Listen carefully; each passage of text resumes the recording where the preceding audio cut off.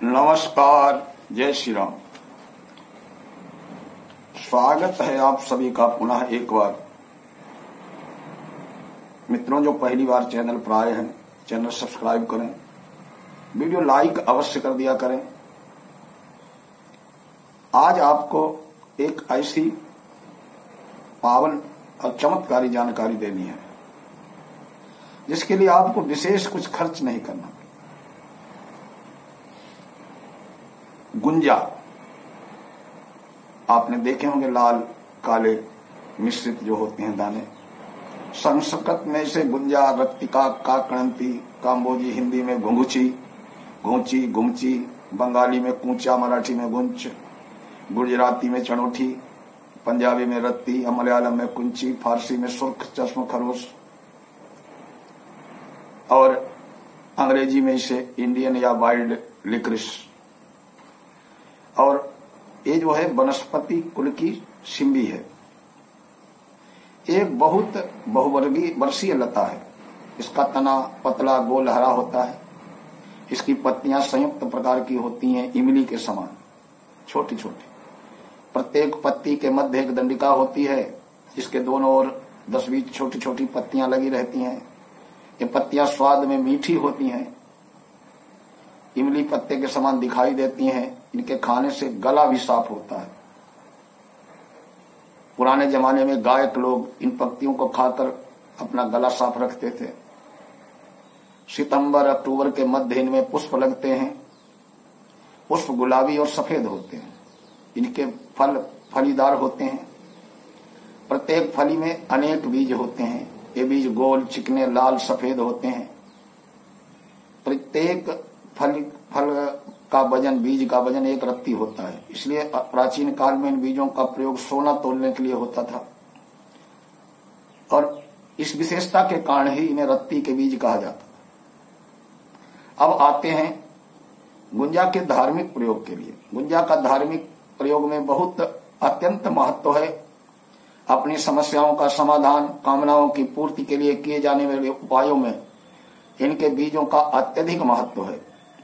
इसके साथ साथ इसकी जड़ का भी अनेक धार्मिक कार्यों में और उपायों के लिए प्रयोग की जाता है। जो व्यक्ति इन उपायों को आस्था, विश्वास के साथ करता है उसे लाभ अवश्य प्राप्त होता है। धार्मिक दृष्टि से इसके कुछ उपायों के बारे में आज आपको बताने जा रहा हूं। मूल रूप से गुंजा की जड़ और बीज जो अत्यधिक चमत्कारिक हैं, इसके लिए यहाँ की जड़ और बीजों के कुछ अत्यंत प्रभावशाली उपाय बताने जा रहा हूं। ध्यान से सुने और करें। पहला उपाय, गुरु पुख्य अथवा रवि पुख्य योग में गुंजा की जड़ को 1 दिन पूर्व निमंत्रण देकर दूसरे दिन सूर्योदय के समय निकालकर मौन रहते हुए घर ले आए। निमंत्रण कैसे देना? 1 दिन पहले 1 लोटे में जल लें, धूप, अक्षत, चावल लें, जल चढ़ाएं और प्रार्थना करें, हे औषधि, मेरे को अपने कल्याण के लिए आपकी जरूरत है, आपको मैं कल लेने आऊंगा, ऐसा निमंत्रण दे के आए। इसके निमंत्रण देने हैं जिस दिन योग को, उसके संध्या के समय लता के पास जल चढ़ाएं, पीले फूल डालें, 2 अगरबत्ती लगाएं, हाथ जोड़कर प्रार्थना करें, हे माता, कल मैं प्रातः आपको मेरे साथ ले जाऊंगा, आप मेरे ऊपर कल्याणकारी कार्यों की सिद्धि कर दें।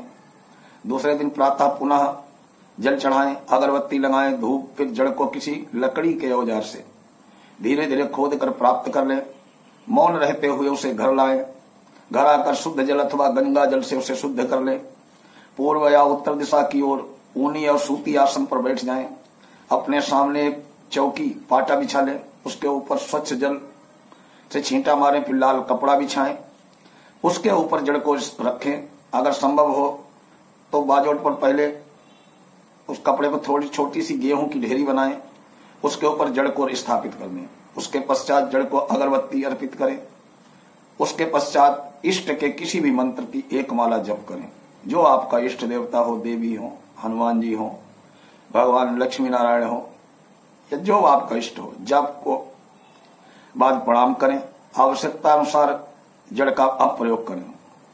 इस प्रकार सिद्ध की गई जड़ अत्यंत प्रभावी होती है। मुख्य रूप से प्रयोग धनाभाव को दूर करने के लिए किया जाता है। अगर आपके घर में धन का अभाव रहता है, बहुत प्रयास के बाद भी किसी के लिए जिन व्यक्तियों पर कर्ज अधिक है उनका कर्ज नहीं उतर रहा है, जिन लोगों का अपना व्यवसाय है किंतु प्रत्यक्ष या अप्रत्यक्ष कारणों से लाभ कम और हानि ज्यादा हो रही है, ये प्रयोग अवश्य करें।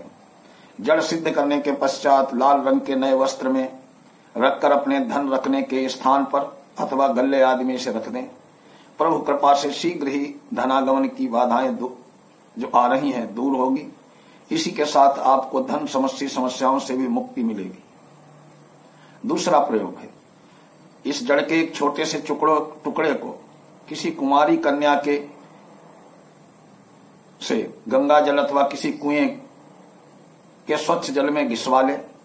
इस घिसे हुए जड़ के पेस्ट से तिलक लगा करके जिस व्यक्ति के पास आप कार्य के लिए जा रहे हैं और जो जा रहा है वो अपने तिलक लगा ले, उसका कार्य निश्चित सिद्ध होगा। इसके साथ ही उसे काफी सम्मान भी प्राप्त होगा। तीसरा प्रयोग, इसके जड़ के टुकड़े को बकरी के दूध में घिसकर लेप बना लें और इस लेप को नित्य कुछ दिनों तक हथेलियों में मलें। ऐसा करने से व्यक्ति की बुद्धि तीव्र होती है और स्मरण शक्ति अत्यंत तेज हो जाती है। ये विद्यार्थियों के लिए बहुत ही चमत्कारी प्रयोग है। अगला प्रयोग है, किसी के संतान नहीं हो रही है, बहुत सब कुछ ठीक है, उसके लिए है कि शुभ नक्षत्र में लाल गुंजा के 21 दानों के बीज प्राप्त करें। इन्हें श्रद्धा विश्वास के साथ अगरबत्ती दिखाएं। भगवान श्री कृष्ण का मानसिक जप करें। इसके पश्चात इन बीजों को लाल वस्त्र में बांधकर जो स्त्री के कमर में धारण करें। इससे पुत्र संतान के अवसर निर्मित होंगे। अगला है कि बच्चे का पढ़ाई में मन नहीं लग रहा है, पढ़ते हैं वो याद नहीं होता है, तो लाल गुंजा को स्वच्छ जल से घिसकर माथे पर तिलक लगाने से शिक्षा प्राप्त करने वाले छात्रों की मेधा शक्ति वृद्धि बढ़ती है, पढ़ा हुआ याद रहने लगता है, स्मरण शक्ति बढ़ती है। ऐसे बच्चे परीक्षा में अच्छे नंबरों से उत्तीर्ण होते हैं। अगला प्रयोग है, लाल गुंजा के काले धागे में पिरोकर बच्चे के गले में धारण कराने से उन्हें किसी प्रकार की नजर दोष का सामना नहीं करना पड़ता। जिन बच्चों को बार बार नजर लग जाती है उनके माता पिता को अपने बच्चों को लिए यह प्रयोग करना चाहिए। गुंजा का ज्योतिषीय महत्व बता रहे हैं। अगर आप ग्रह दोष से पीड़ित हैं तो लाल गुंजा के 21 दानों को सदैव अपनी शर्ट की जेब में रखें। इससे मंगल का कुप्रभाव दूर होगा। रात्रि काल में बीज खूंटी पर टंगे शर्ट में ही रहने दें। दूसरा ग्रह शांति का प्रयोग है कि श्वेत सफेद गुंजा के 7 बीजों को टी शर्ट में रखने वाला व्यक्ति चंद्रमा के कुप्रभाव से बच जाता है। अगर चंद्रमा आपका खराब है तो आप ये कर सकते हैं। काली गुंजा के अगर आपको शनि दोष से पीड़ित हैं तो 11 काली गुंजा के बीज रख टी शर्ट में रखें। इससे शनि दोष का प्रभाव दूर होगा। और आप